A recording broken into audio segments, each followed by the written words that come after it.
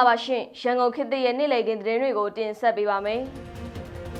ရုရှားလုံခြုံရေးကောင်စီအတွင်းရေးမှူးနဲ့အဖွဲ့ကိုမင်းအောင်လှိုင်ကထွက်မတွေ့နိုင်သေးပဲလူမြင်ကွင်းကနေပျောက်ကွယ်နေတာကတပတ်ကျော်ကြာမြင့်လာကလူအင်အား30ကျော်ပါတဲ့ရုရှားကိုယ်စားလှယ်အဖွဲ့တစ်ဖွဲ့မနေ့ကနေပြည်တော်ကိုထပ်မံရောက်ရှိလာပြီးစစ်ဖက်အရာရှိကြီးတချို့လည်းပါဝင်လာပါတယ်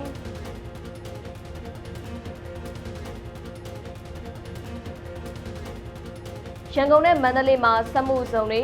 အင်အားတွေနဲ့စီးပွားရေးလုပ်ငန်းတွေကိုမိမပြတ်တော့တဲ့ LNG လျှက်စစ်တပ်အားစတင်ပေးနေပြီးတယူနစ်ကိုငွေကျပ်900ကောက်ခံကပြည်သူတွေအားလုံးကိုတော့တနေ့ကိုတစ်ကြိမ်မီ4နာရီသာအလဲကျဖြတ်တောက်မယ်လို့သိရပါတယ်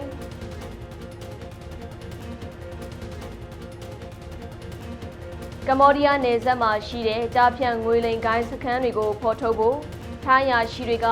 အမေရိကန် FBI အဖွဲ့ကိုခေါ်ဆောင်သွားတဲ့သတင်းပါဝင်ရန်ကုန်ခေတ်သစ်ရဲ့ဒီနေ့နေ့လည်ခင်းရရှိထားတဲ့ပြည်တွင်းသတင်းတွေနဲ့နိုင်ငံတကာသတင်းတွေကိုတင်ဆက်ပေးပါမယ်ရှင်။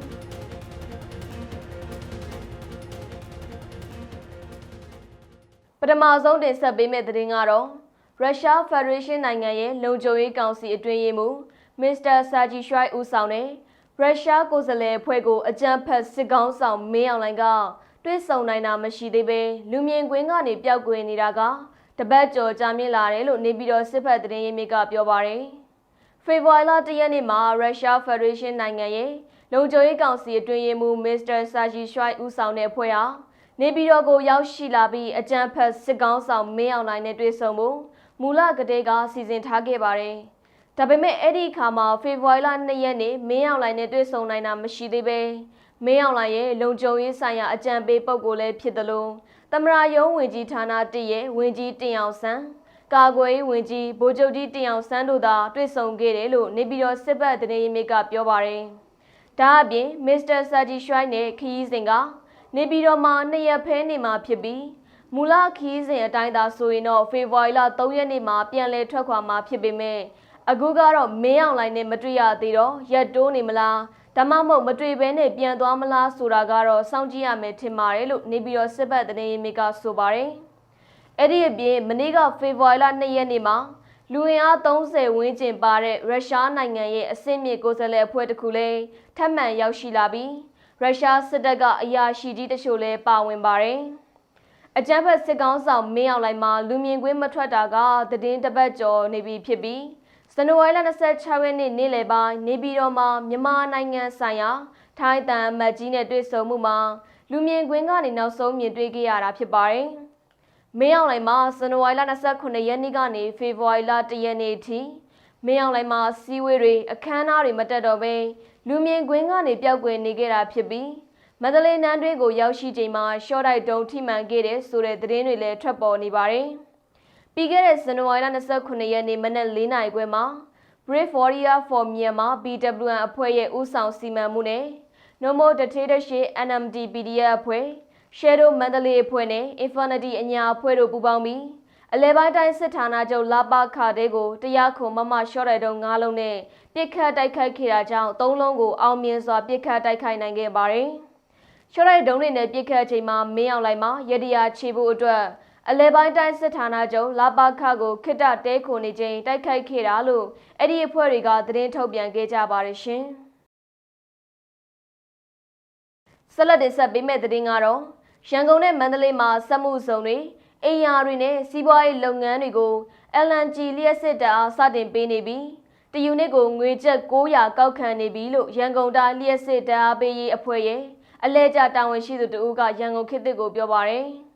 ရန်ကုန်ခေတ်သစ်သတင်းဌာနကရန်ကုန်တိုင်းလျှက်စစ်တပ်အားပေးရေးအဖွဲ့စီကိုဖုန်းနဲ့ဆက်သွယ်ပြီး LNG လျှက်စစ်တပ်အားတွေကိုမီးမဖြတ်တော့ဘဲတယူနစ်ကိုငွေကျပ်900နဲ့ကောက်ခံပေးမဲ့ကိစ္စကိုဆက်သွယ်မေးမြန်းခဲ့ရမှာတော့အဲ့ဒီကိစ္စကဟုတ်မှန်နဲ့ဆိုတာနဲ့စက်မှုစုံတွေအင်အားတွေနဲ့စီးပွားရေးလုပ်ငန်းတွေအားလုံးကို LNG လျှက်စစ်တပ်အားပေးမယ်လို့ထုတ်ဖော်ပြောဆိုပါတယ်။ဒါအပြင်အများပြည်သူကတော့မီတာကားကပုံမှန်ပဲမတက်ပေမဲ့တနေ့ကိုအလဲကျ4နာရီဖြတ်မယ်လို့ရန်ကုန်တိုင်းလျှက်စစ်တပ်အားပေးရေးအဖွဲ့ရဲ့အလဲကျတာဝန်ရှိသူတဦးကပြောပါတယ်။အများပြည်သူတွေအနေနဲ့အရင်ကထက်လျှက်စစ်မီပုံမရရှိမှာဖြစ်ပေမဲ့လည်းတရက်ကို4နာရီအလဲကျမီးပြတ်တောက်မယ်လို့ဆိုပါတယ်။နေ့တိုင်းမနက်9နာရီကနေနေ့လယ်1နာရီထိမီးပြတ်တောက်မဲ့အုပ်စုနဲ့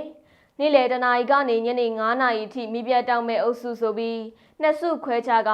အလဲကျ4နာရီမိဖြတ်တောက်မှာဖြစ်ပြီးတနိုင်သမျှမိပေးမှာဖြစ်ပေမဲ့လည်းဝင်အားအတိုးလျှော့တွေကြောင့်အပြောင်းလဲရှိနိုင်တယ်လို့ဆိုပါတယ်။ပြီးခဲ့တဲ့ဇန်နဝါရီလ30ရက်နေ့ကပြုလုပ်တဲ့ရန်ကုန်တိုင်းဒေသကြီးအတွင်းလျှက်စစ်တပ်အားထုတ်လုပ်ဖြန့်ဖြူးပေးနေမှုအခြေအနေတွေနဲ့ပတ်သက်ပြီးလုပ်ငန်းညှိနှိုင်းစည်းဝေးမှာဓာတ်စင်စဲမပြတ်ဖြန့်ဖြူးပေးနိုင်မှုအခြေအနေကိုဆက်လက်ထိန်းသိမ်းဖို့နဲ့လျှက်စစ်တပ်အားထုတ်လုပ်မှုကုန်ကျစရိတ်မျှတဖို့အတွက်စက်မှုနဲ့စီးပွားရေးလုပ်ငန်းတွေကိုစီးပွားရေးနှုန်းထားတစ်ခုသတ်မှတ်ပြီးဆောင်ရွက်သွားဖို့ရှိတယ်လို့လျှက်စစ်စွမ်းအားဝန်ကြီးဌာနပြည်ထောင်စုဝန်ကြီးဦးဉာဏ်ထွန်းကပြောပါတယ်။ LNG နဲ့လျှက်စစ်ဓာတ်အားထုတ်လုပ်နိုင်ရာ900မဂါဝက် Energy ဓာတ်အားပေးစက်ရုံစီမံကိန်းကိုအောင်မြင်စွာတည်ဆောက်နိုင်ခဲ့တာကြောင့်2026ခုနှစ်ဇန်နဝါရီလ14ရက်နေ့ကနေစတင်ပြီးအဲ့ဒီစက်ရုံကဓာတ်အား900မဂါဝက်ကိုစတင်ဖြည့်တင်းပေးနိုင်ခဲ့တာကြောင့်အခုအခါတရက်ကိုစုစုပေါင်း3400မဂါဝက်အထိထုတ်လုပ်ရရှိနေပြီဖြစ်ရာဝင်အားမျှဝေပြီးအလဲကျစနစ်နဲ့ပေးတာကိုရပ်ဆိုင်းကတက်နိုင်သမျှအချိန်ပြည့်ဓာတ်အားဖြန့်ဖြူးတာကိုဆောင်ရွက်ပေးနေတယ်လို့ဆိုပါတယ်။ဓာတ်အားရရှိမှုအနေနဲ့80.43%ရှိပြီးမိသုံးသူ69သိန်းခန့်ရှိကအိမ်သုံးနှုန်းနဲ့သုံးစွဲနေတဲ့တယူနစ်ကနေ90ယူနစ်အထိသုံးစွဲသူ42%နဲ့51ယူနစ်ကနေ100ယူနစ်အထိသုံးစွဲသူ19%ရှိတာကြောင့်အိမ်သုံးနှုန်းထားနဲ့သုံးစွဲနေတဲ့ရာခိုင်နှုန်းမှာ61%ခန့်ရှိတယ်လို့လျှက်စစ်စွမ်းအားဝန်ကြီးဌာနစီကနေသိရပါတယ်။အများပြည်သူတွေအတွက်ကတော့အိမ်သုံးမိသားကနှုန်းထားတွေမှာတယူနစ်ကနေ90ယူနစ်အထိတယူနစ်ကိုကျပ်50 51ယူနစ်ကနေ100ယူနစ်အထိတယူနစ်ကိုကျပ်100တယူနစ်ကနေပြီးတော့ယူနစ်200အထိတယူနစ်ကိုကျပ်150 200တယူနစ်အထက်ဆိုရင်တော့တယူနစ်ကိုကျပ်300ကောက်ခံနေရလို့သိရပါတယ်ရှင်။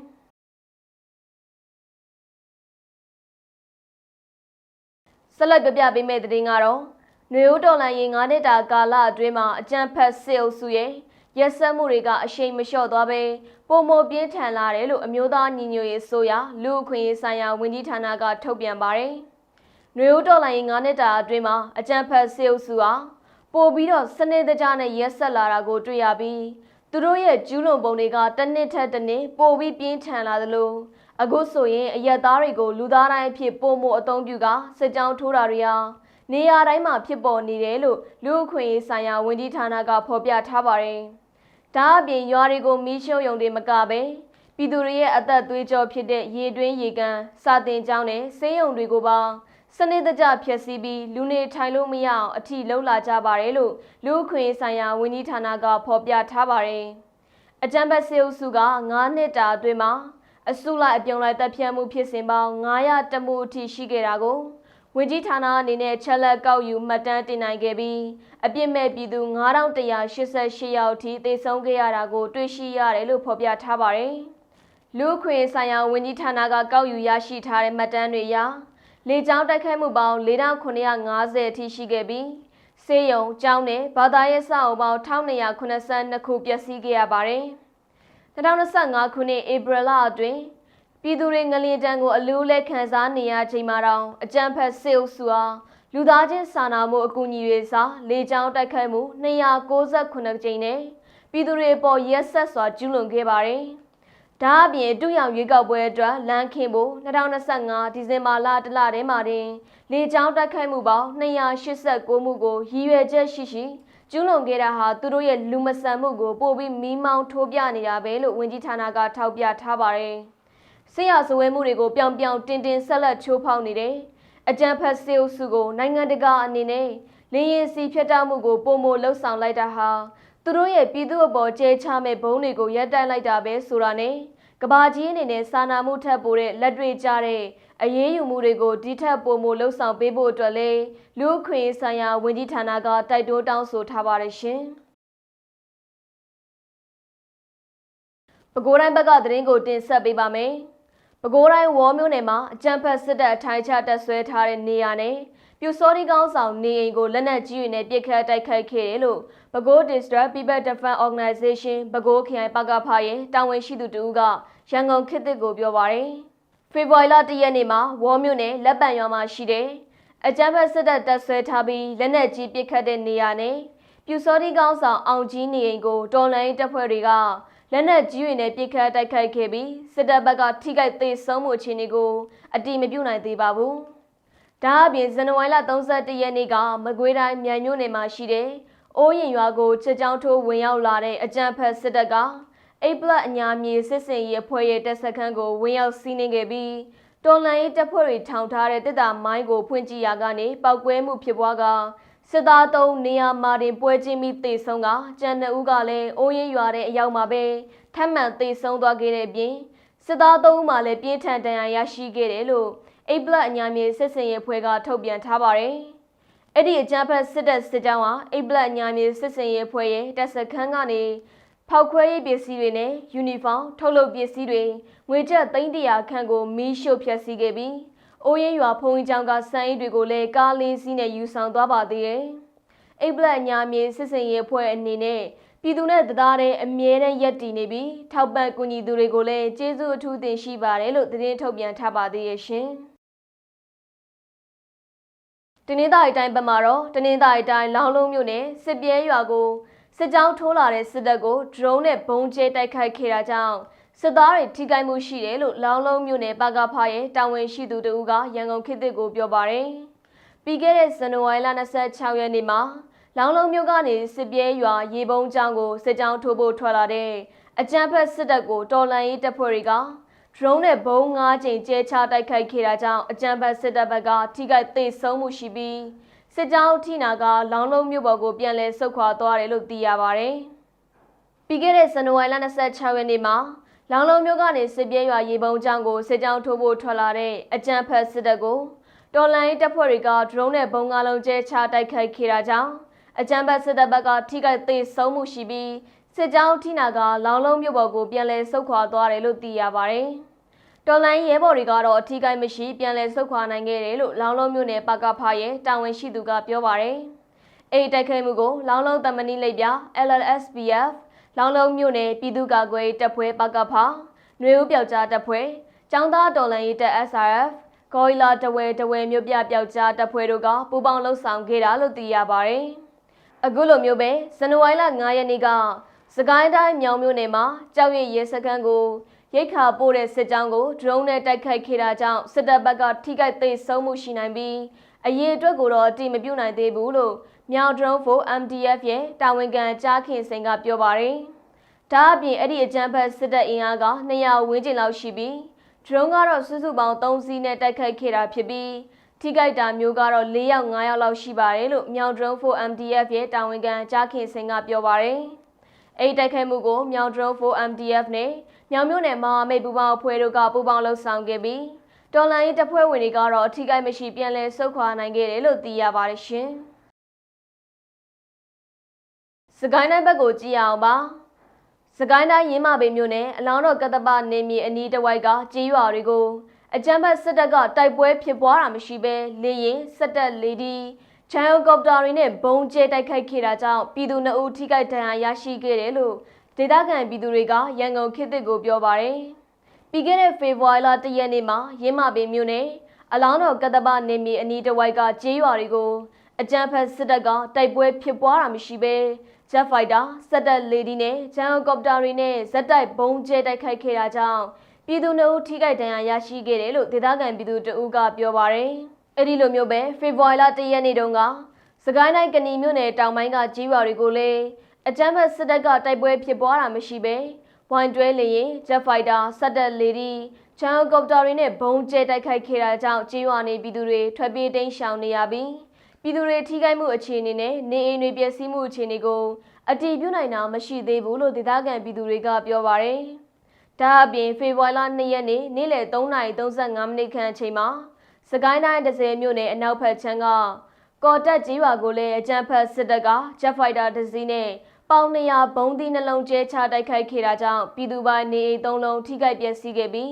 းပြည်သူတွေထိခိုက်မှုတွေရှိပေမဲ့လည်းသေဆုံးသူမရှိဘူးလို့ Infinity Group ကသတင်းထုတ်ပြန်ထားပါတယ်ရှင်။မန္တလေးတိုင်းဘက်ကသတင်းကိုကြည့်အောင်ပါ။မန္တလေးတိုင်းစင်ကူးမြို့နယ်မှာတဲရင်ရွာသားကိုနိုင်မင်းကိုအကြမ်းဖက်စစ်တပ်ကအကြောင်းမဲ့ဖမ်းဆီးပစ်တက်ခဲ့တယ်လို့စင်ကူးမြို့နယ်ပကဖသတင်းတာဝန်ခံကိုတန်မဏိကရန်ကုန်ခေတ်သစ်ကိုပြောပါတယ်။ဇန်နဝါရီလ30ရက်နေ့မှာစင်ကူးမြို့နယ်အနောက်တောင်ကျမ်း တဲရွာကိုရောက်ရှိနေတဲ့အကြမ်းဖက်စစ်တပ်စစ်ကြောင်းဟာကြေးရွာဖုန်ကြီးကျောင်းထဲမှာဝင်ရောက်တပ်ဆွဲပြီးအသက်52နှစ်အရွယ်ကိုနိုင်မင်းကိုအကြောင်းမဲ့တပ်ဖြတ်ခဲ့ပါတယ်။အဲဒီလိုဖမ်းဆီးတပ်ဖြတ်ခံရတဲ့ကိုနိုင်မင်းဟာတဲကြေးရွာသားဖြစ်ပြီးစစ်တပ်ကကြေးရွာအတွင်းစစ်ကြောင်းထိုးဝင်ရောက်လာချိန်ဖမ်းဆီးတပ်ဖြတ်ခဲ့တာဖြစ်ပြီးသေဆုံးသွားတဲ့ကိုနိုင်မင်းရဲ့ရုပ်အလောင်းကိုလည်းစစ်သားတွေကတဲရွာတင်ချိုင်းနီးမှာထားခဲ့ပါတယ်။ဒါအပြင်မနေ့ကဖေဖော်ဝါရီလ2ရက်နေ့ညနေ4:22 မိနစ်ခန့်မှာစကိုင်းတိုင်းဝက်လက်မြို့နယ်အရှေ့မြောက်ချမ်းကရှားကွဲရွာကိုအကြမ်းဖက်စစ်တပ်ရဲ့တဒအုပ်လေတပ်ကနေတက်လာတဲ့ဂျက်ဖိုက်တာတစ်စီးက2ကြိမ်ဘုံကျဲတိုက်ခိုက်ခဲ့ပြီးမြေပြင်စစ်ကြောင်းတွေကလည်းကြေးရွာတွေကိုဝင်ရောက်စီးနင်းနေတယ်လို့ Wildlife Informational Network တာဝန်ခံကိုမုံတိုင်းကပြောပါတယ်။အကြမ်းဖက်စစ်တပ်ရဲ့ဘုံကျဲတိုက်ခိုက်မှုအတွင်းပြည်သူတွေထိခိုက်မှုရှိမရှိကိုတော့အတိမပြုနိုင်သေးဘူးလို့သိရပါတယ်။အဲ့ဒီအပြင်ရွှေဘုံမြို့နယ်မခောက်ပြူစောထီရွာနဲ့ကြောင်မြောင်ခမာယာစနစ်ဘက်ကနေလာတဲ့အကြမ်းဖက်စစ်တပ်စစ်ကြောင်းကလည်းဝက်လက်မြို့နယ်အရှေ့မြောက်ချမ်းကထုံးပုံရွာကိုစစ်ကြောင်းထိုးဝင်ရောက်နေပြီးအသေးခံဒရုန်းတွေလက်နက်ကြီးတွေနဲ့ဇက်တိုက်ရန်တမ်းပစ်ခတ်နေပါတယ်ရှင်နိုင်ငံတကာသတင်းတွေကိုတင်ဆက်ပေးပါမယ်အမေရိကန်သမ္မတထရန့်ရဲ့နိုင်ငံပေါင်း85နိုင်ငံပေါ်အခြေချဗီဇာပိတ်ပင်မှုအပေါ်အမေရိကန်နိုင်ငံသားတွေကတရားပြန်ဆွဲလိုက်ပါတယ်အမေရိကန်သမ္မတဒေါ်နယ်ထရန့်ဆိုရကနိုင်ငံပေါင်း85နိုင်ငံကလာမယ့်သူတွေကိုအခြေချနေထိုင်ခွင့်ဗီဇာထုတ်ပေးတာကိုရပ်ဆိုင်းလိုက်တဲ့အပေါ်မှာအမေရိကန်နိုင်ငံသားတစုနဲ့လူဝင်မှုကြီးကြပ်ရေးဆိုင်ရာအခွင့်အရေးဖွဲ့တွေကဒီနေ့တရားစွဲဆိုလိုက်ပါတယ်။ဒီတရားစွဲဆိုမှုမှာထရန့်ဆိုရဟာအမေရိကန်တမိုင်းမှာအကြီးမားဆုံးဥပဒေကြောင်းအရလူဝင်မှုကန့်သတ်မှုကိုလှုပ်ဆောင်ဖို့အတွက်လှုပ်ကြံထားတဲ့ဇလန်းမားတွေကိုအသုံးချခဲ့တယ်လို့ဆွဆွဲထားပါတယ်။အစိုးရကဒီနိုင်ငံတွေကလာတဲ့သူတွေဟာအမေရိကန်ရဲ့လူမှုဖူလုံရေးထောက်ပံ့တွေကိုအလွဲသုံးစားလုပ်ပြီးအစိုးရရဲ့ဝင်ထုတ်ဝင်ပိုးတွေဖြစ်လာလိမ့်မယ်လို့ဆွဆွဲထားတာဟာအထောက်အထားမရှိတဲ့သတင်းမှားဖြစ်တယ်လို့တရားစွဲဆိုသူတွေကဆိုပါတယ်။ဒီမူဝါဒဟာလူမျိုး၊ကျားမနိုင်ငံသားနဲ့နေထိုင်ရာဒေသတွေပေါ်မူတည်ပြီးခွဲခြားဆက်ဆံမှုမပြုရဘူးဆိုတဲ့လူဝင်မှုကြီးကြပ်ရေးနဲ့နိုင်ငံသားဖြစ်မှုဆိုင်ရာအဥပဒေ INA ကိုချိုးဖောက်နေတယ်လို့လည်းထောက်ပြထားပါတယ်။ဇန်နဝါရီလလယ်မှာကြေညာခဲ့တဲ့ဒီဗီဇာပိတ်ပင်မှုစီးရင်မှာအာဖဂန်နစ္စတန်၊ဘင်္ဂလားဒေ့ရှ်၊မိုဂိုလီးယား၊ကမ္ဘောဒီးယား၊နိုင်ဂျီးရီးယား၊အီသီယိုးပီးယား၊ဆိုမာလီယာ၊ကွန်ဂိုဒီမိုကရက်တစ်သမ္မတနိုင်ငံ၊စီနီဂေါ၊ဂါနာ၊ဘရာဇီးလ်၊ကိုလံဘီယာ၊ကူဝိတ်၊ဂျော်ဒန်၊လက်ဘနွန်၊တူနီးရှား၊အီရတ်၊ဆီးရီးယား၊ယီမင်၊ရုရှားနဲ့အရှေ့ဥရောပ၊ကာရစ်ဘီယံ၊ပစိဖိတ်ကျွန်းစုနိုင်ငံတချို့ပါဝင်နေတာလည်းဖြစ်ပါတယ်။ထိခိုက်နေတာမိုးလို့တရားစွဲဆိုသူတွေထဲမှာမိသားစုဝင်တွေ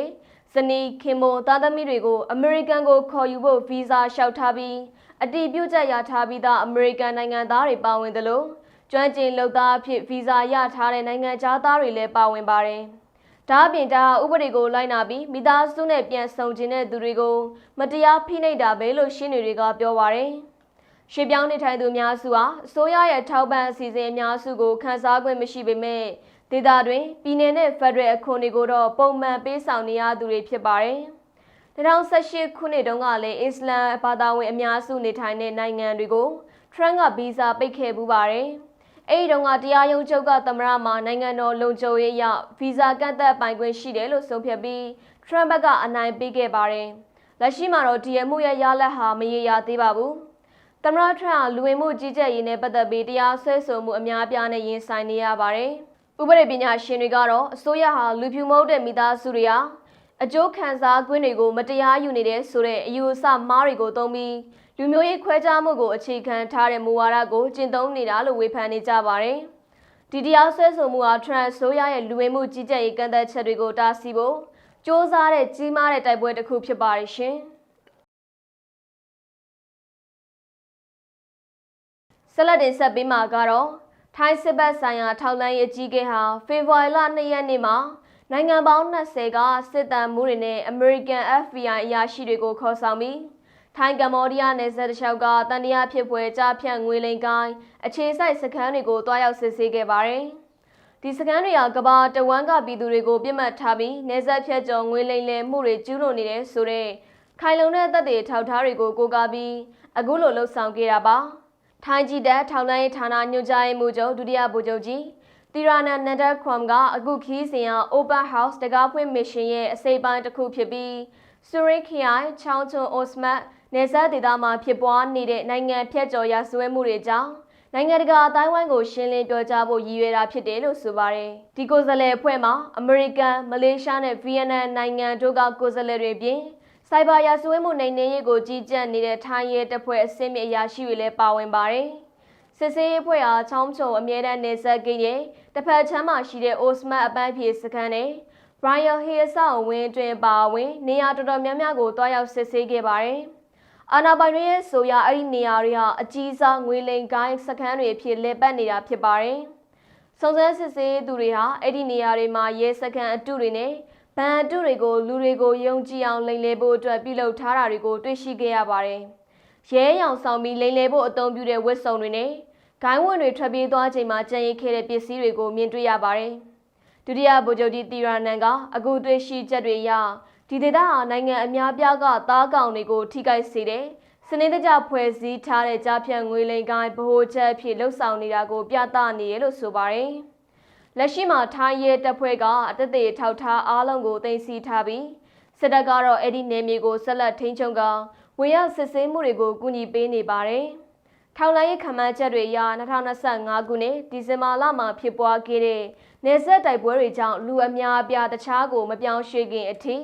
ဒီလုပ်ငန်းတွေမှာလူပေါင်း8000ကနေ1000အထိပါဝင်ပတ်သက်နေခဲ့တယ်လို့သိရပါတယ်။ဒီလုပ်ငန်းတွေရဲ့နောက်ွယ်ကဆက်နွယ်မှုတွေနဲ့တာဝန်ရှိသူတွေကိုဆက်လက်စုံစမ်းစစ်ဆေးနေဆဲဖြစ်ပါတယ်။ထိုင်းဆိုရဟာနေဆက်ကကြားဖြတ်လုပ်ငန်းတွေကိုနှိမ်နင်းရမှာ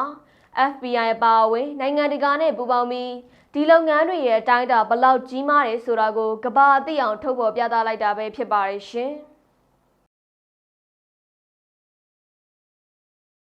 အခုနောက်ဆုံးတင်ဆက်ပေးမယ့်သတင်းကတော့ထိုင်းနိုင်ငံခေါင်ရိုင်မျိုးသားဥယျာဉ်ကတောစင်ရိုင်းတကောင်က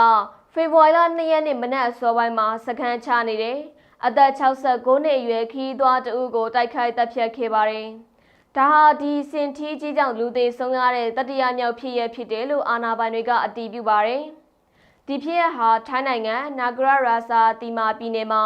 မနေ့ကမနက်9:00နာရီခွဲဝန်းကျင်ကဖြစ်ပွားခဲ့တာပါ။သေဆုံးသူဟာလော့ပရီခရိုင်ကနေလာရောက်လည်ပတ်တဲ့အသက်69နှစ်အရွယ်ထိုင်းနိုင်ငံသားဂျီရချိုင်ဖြစ်ပါတယ်။သူဟာမနက်ပိုင်းလမ်းလျှောက်ထွက်လာချိန်မှာဥယျာဉ်ပြင်ပကိုထွက်လာတဲ့ပလိုင်ဝိုင်းဝိုင်းလို့အမည်ရတဲ့တောစင်ရိုင်းနဲ့ထိတ်တိုက်တိုးခဲ့တာပါ။မျက်မြင်တွေ့ရှိသူတွေရဲ့ပြောပြချက်အရအဲ့ဒီစင်ဟာထိုင်းနိုင်ငံသားဂျီရချိုင်ကိုနှမောင်းနဲ့ရိုက်ပုတ်ပြီးတဲ့နောက်ခြေထောက်နဲ့နင်းချေခဲ့တာကြောင့်သူနေထိုင်ရာတဲနဲ့မီတာ20ကွာမှာတင်သေဆုံးသွားခဲ့ရပါတယ်။တခြားစခန်းချနေသူတွေကဒီဖြစ်စဉ်ကိုမျက်မြင်တွေ့ခဲ့ရပေမယ့်စင်ရဲ့အန်ဒီယေကိုကြောက်တာကြောင့်တဲပြင်ကိုမထွက်ရဲပဲကြည့်နေခဲ့ကြရတာပါ။အဲ့ဒီပလိုင်ဝိုင်းဝမ်လို့ဆိုတဲ့စင်အကြောင်းဥယျာဉ်တာဝန်ရှိသူတွေရဲ့အဆိုအရကတော့